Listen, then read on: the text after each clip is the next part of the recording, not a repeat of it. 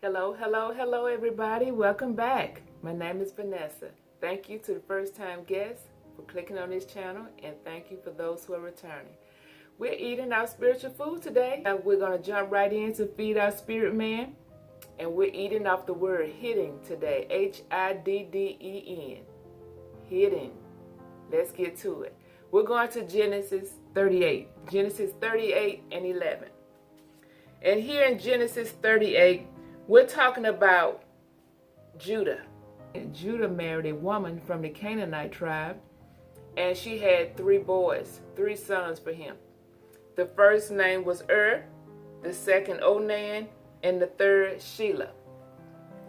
Now when was an adult, he married a lady from Timnah. Her name was Tamar. Tamar did not conceive any children by and passed away. Judah had a conversation with his second oldest son, Onan, and asked him to marry his brother's wife because he wanted him to raise up seed to his brother.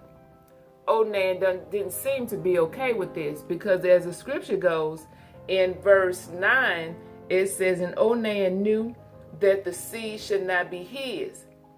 And it came to pass, when he went in unto his brother's wife," he didn't even refer to her as his wife, he's still calling her his brother's wife, "that he spilled it on the ground," speaking of his seed, "lest that he should give seed to his brother." Now this is his wife. His brother's deceased. They wasn't sharing the same woman. And in a sense, they was sharing the same woman. But he was not in agreement. I don't know why he would go along with it, but this was the custom of their day. The parents found mates for their children. So he went along with it. And yet he did not fulfill the obligation that his father wanted him to fulfill. And it seemed that God was not in agreement with it, because it says there in verse 10, "And the thing which he did displeased the Lord, wherefore he slew him also." So we see God's handprints here. And God had Onan killed, or Onan died by some causes. Don't know if it was natural causes or what happened to him. It just says the Lord slew him. So we don't know exactly how he died. But we're going on, we're getting to Judah and Tamar. We're talking about things that are hidden. Tamar, now she's been in this family a while. She married then she married Onan, and she's not willing to leave the family too easily, because after Onan dies, Judah tells her to go back to return to her father's house. You know how you can just hear the conversation, because life doesn't change. The scriptures tells us in the book of Ecclesiastes, there's nothing new under the sun. All human behavior is the same. They may have had different customs and culture and different dialects, but the heart and the thinking of the human is the same. Just think about how this conversation may have gone over in our present day. "Baby, won't you go on back to your family? My sons are dead now." He's sitting on back. The youngest son is not old enough to marry. And she's not okay with this, because she's in the family now. And I'm sure that her and Onan and her and had their own tent or hut or whatever they was living in. Why couldn't she have just stayed on there? But her father-in-law wanted her to go on back to her people. And she did, under the assumption and the hope that she was going to marry Shelah when he became of age, just as Judah told her. Now, this evidently did not happen. It didn't go down the way the conversation transpired. Because here in verse 13, it says, "And it was told to Tamar, saying, Behold, thy father-in-law goes up to Timnah to shear sheep." So time has passed, and she is not happy. And she sets up a trap for him, because she's going to enact vengeance for herself. She's not going down easy. She wants to have an heir. As we know, women was not primary breadwinner for themselves. So they relied on the men to care for them. So I'm sure she was looking forward to having a son so he can raise up and he can look after mom. And of course she wanted to have a husband so he can look after her in her youth. Here she sets a trap in verse 14. She's putting the plan in place. And she put her widow's garments off from her, and covered her with a veil, and wrapped herself, and sat in the open place, which is by the way to Timnah. For she saw that Shelah was grown. See, she's upset. She knew that he was grown and he hadn't come to marry her. And she was not given unto him to wife. This is a woman who was scorned. And she was not going to allow Judah to pass her off.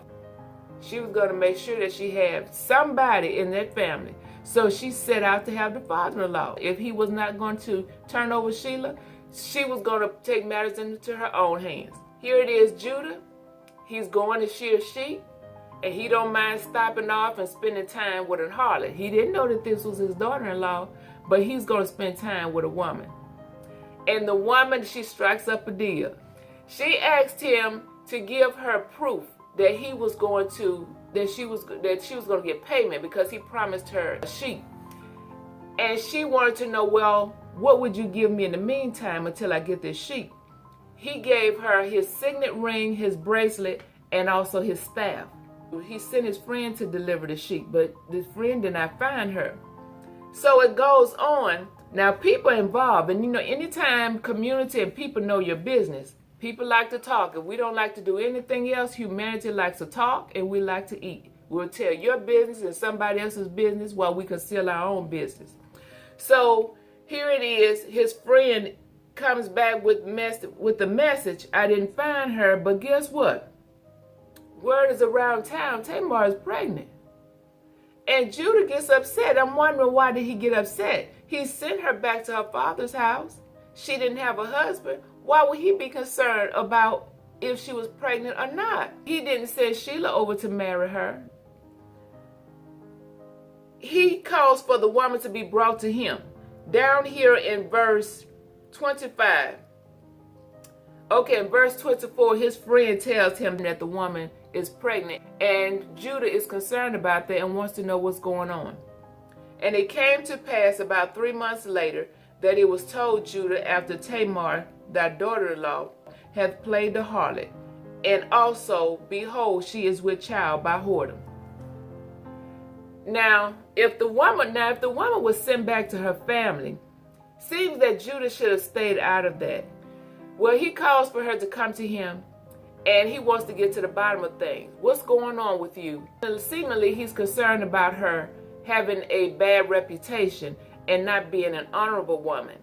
She brings all of his belongings with her. The wheels are turning in her mind, and she is trying to make sure that she's secure. So she brings the bracelet, the signet, and the staff with her, just to make sure that if things don't seem to be going the way she wanted to go, she already had proof. And when Judah asks, she tells him, the man who these things belong to is the father of my child. And he couldn't deny his belongings when he saw them. He had nothing else to say. And his statement was in verse 26, and Judah acknowledged them and said, she has been more righteous than I, because that I gave her not Shelah my son. And he knew her again no more. So he sent on back to her family. And he didn't seem to give her Shelah either. She didn't need Shelah now. Her living seemed to be secure. Daddy Judah is going to take care of everything because these are his children. And he's going to take care of those children. So the plan went according to how she intended for it to go. Hidden things. Judah had a hidden motive. He was not going to give up his third-born son because he saw that the first two died and they was connected to this woman. And I guess he felt like this woman is jinxed. I'm not going to lose all of my children to her. Maybe she poisoning the boys or something is going on with this woman. So he intentionally withheld that youngest son from her. And then she had hidden motives. She wanted to make sure that she had a living secure for herself. And by any means necessary, it was going to happen. And there's nothing new under the sun. Everything that always has been, still is. Women, I'm sorry, ladies, we have to tell God's truth. If you're not doing this, this does not pertain to you. But it's millions and millions of women do this. This is an everyday occurrence. But we don't want to acknowledge it because it goes down from generation to generation. Many women won't even recognize that they're doing this. Everybody is not doing it intentionally. They feel like this is the way of life. This is just the adult game that you play. It's adult living. And if you're going to get or you're going to get got. And so they will manipulate, women will manipulate, and it's not like men don't either now. But manipulation is a primary tool that women use. I'm going to control him. That's not the verbiage.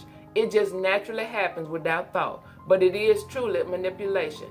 And she will use every arsenal in her toolbox. Whether it's putting you on a guilt trip, crying, being a hell raiser, seducing you, it doesn't matter. She means to get what she wants. And men are supposed to be the glory of God. That's what the scripture said, that Jesus is God's glory. Man is Jesus' glory. Woman is man's glory. Woman's hair is her glory. If man is Jesus' glory, everything is being forsaken for the sake of sex. Just forget Jesus, put him on the back burner. He'll understand. He know I'm a man. He made me a man. God made me a man. I got all of this testosterone or whatever it is. And forsake all standards, values, and respect for the manipulation tools of the woman. Let's think about it. It's not a beat-up session, but we have to look ourselves in the face. The woman in the mirror, the man in the mirror. What are you hiding? Okay, let's go on to 2 Kings. 2 Kings 5. This second story here, we're looking at Naaman. Naaman was a captain in the military here, and he worked for the king of Syria. Well, Naaman was a wealthy man. Naaman in verse 1 of chapter 5, it says, Now Naaman, captain of the host of the king of Syria, was a great man with his master and honorable, because by him the Lord had given deliverance unto Syria. He was also a mighty man of valor, but he was a leper. So we see he was a leper. Now, the king of Syria, he hired an Israelite girl to work for his wife, to be her maidservant. Well, the young lady noticed that Naaman was a leper. She spoke with her mistress and said, Ma'am, do you think that Naaman would be interested in going to see a man in Israel? He can heal him of that leprosy. Well, the word got back to Naaman, and he definitely was interested in it. He talked with his boss, the king, and the king wrote him a letter. That was their passage rights for moving from town to town. And the king wrote him a letter to allow him to go to Syria so that he can be healed of the leprosy. Well, the story moves on. He gets his letter and he takes money and clothing with him. He takes silver, he takes gold, and he takes 10 changes of clothing. And he goes on his way. When he gets into Syria, the king there misunderstands the whole matter and thinks that Naaman came to see him to get his leprosy cured. And he wigs out, saying, wait a minute, let's look down at verse 7. And it came to pass when the king of Syria had read the letter that he tore his clothing and said, Am I God to kill and to make alive, that this man doeth sin unto me to recover a man of leprosy? Wherefore consider, I pray you, and see how he seeketh a quarrel against me. He's thinking that this king of Syria is trying to start a fight with him. And he sits there, just tear his clothes and just flip out. And here it is, Elijah had to step in and say, Sir, wait a minute. The man didn't come to see you. He's coming to see me. So he said, send him on down to my house. And Naaman leaves. He goes on down with Elijah to his house. And Elijah sends one of his apprentices out with him and said, well, tell him to go and dip into Jordan 7 times. And Naaman just about loses it. You're going to tell me, wait a minute, this little man of God, when people feel like they're high in stature, they don't mind referring to another person as little. It's got to be isms and schisms, big I and little you. Here it is, he tells the man, I thought the prophet would come out here. He start waving his hands and clapping. He should be doing something. Talk to his God. Isn't he going to heal me of this leprosy? He going to send his servant out here to talk to me and tell me to go dip in some Jordan. that nasty river? Don't we have rivers over in Damascus? I can dip in some better waters than this. The scripture, let's look at this passage. Then he had rather live with the leprosy than to go and dip in the water. The latter part of verse 12. So he turned and he went away in rage.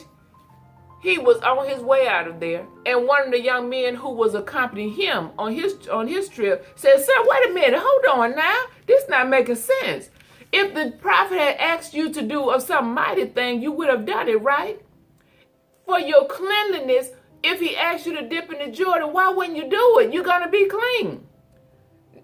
He needed somebody to talk some sense into him because he felt like he needed some opulence. And he needs something mighty and grand and a lot of attention placed on him. We are something with ourselves as humans. Here it is down here in verse 14. He goes on and he finally does what the man asked him to do. So in verse 14, he does humble himself and he follows the instructions. He dips himself 7 times into the Jordan River and he became clean.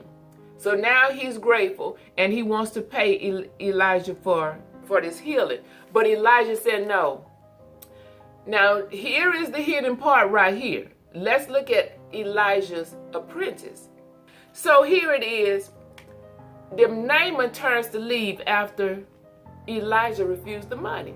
Let's drop down to verse 20. Naaman is leaving now. So Gehazi, this is the apprentice, followed after Naaman, and when Naaman saw him running after him, he lighted down from his chariot to meet him, and he said, "Is all well?"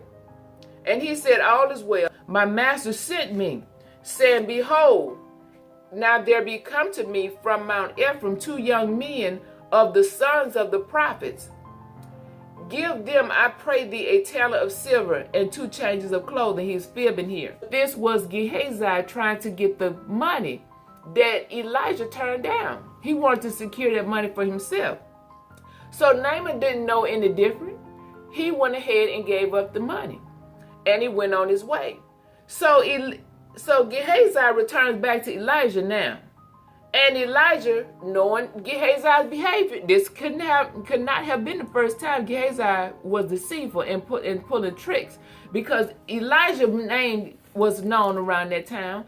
Anytime your name is known, especially in a positive manner, especially when you're talking about gifts of God, you have a gift of prophecy, a gift of healing, a gift of deliverance, anything that you're known for, that's going to spread like wildfire. And people are going to flock around because they feel like if I'm associated with you, my name could be known too. That we see here that he had an ulterior motive. And Elijah already knew it. Because in verse 25, it says, "But when he went in and stood by his master, and Elijah said to him, Whence comest thou, Gehazi? And he said, Thy servant went nowhere. And when he said unto him, Went not my heart with thee, when the man turned again from his chariot to meet thee?" So he called him out on his game and let him know, "You know that I wouldn't have blessed off on what you did."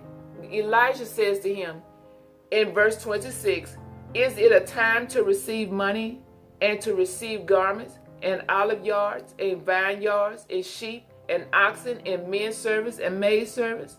The leprosy therefore of Naaman shall cleave unto you and unto thy seed forever." And he went out from his presence a leper as white as snow. Now, let's look at that leprosy that came up on Gehazi. Elijah did not have power. He had power, but he did not have power apart from God. Everybody that operates in anointings and giftings that God gives, it comes through the people. All of us people are portals, and we have to yield ourselves to God. So ultimately, the leprosy that came upon Gehazi came from God, not from Elijah. Elijah was the mouthpiece that pronounced it, but it came from God. God honored Elijah's words. God does honor people. God will hear our prayer, but we also have to be found faithful with God. We have to be trustworthy. Our mouth needs to be faithful, especially being a prophet. Their mouth needs to be faithful. Say what God says and tell you to say, not what people want you to say. Not to be a people pleaser either. All of us have some tightening up to do in some area of our life. So we don't need to be so upset and say, well, why are you calling it out? Why are you saying something? Well, the scriptures point it out. It's talking to all of humanity, every one of us. We shouldn't be so bent out of shape. Just examine ourselves, present it to the Father, say, Father, fix it. Help me with me. Because if we can fix ourselves, we don't need God. We truly don't. So this is supposed to be encouragement. What are you hiding? Are you hiding anything? Whatever you're hiding is going to show up. It can't stay hidden. God don't allow things to stay hidden. Now, you may not verbally say anything to anybody, even your close friends, your family members. You may not tell anybody, not a living soul. But guess how it'll show up? It may show up in your finances, just can't get right. It may show up in your health, your health constantly challenging you. Your mind constantly challenging you. You can't find peace. You need pills to go to sleep and pills to wake up and stay awake. Things that are hidden, it can cause you to end up angry. You walk through life bitter. And then your children suffer. Your marriage suffer. All because of the bitterness that's inside of you. Things that are hidden in your life can end up tormenting you and troubling you. It's best not to hide. You can't hide anyway. God knows every hair on your head. So why not to take a look in the mirror and face yourself and say, this problem that's going on with me is with me. I hope I said something that you can think on and ponder, and you come back and visit with me again, and let's see what we can nibble on next week. Take care, you all. Bye-bye.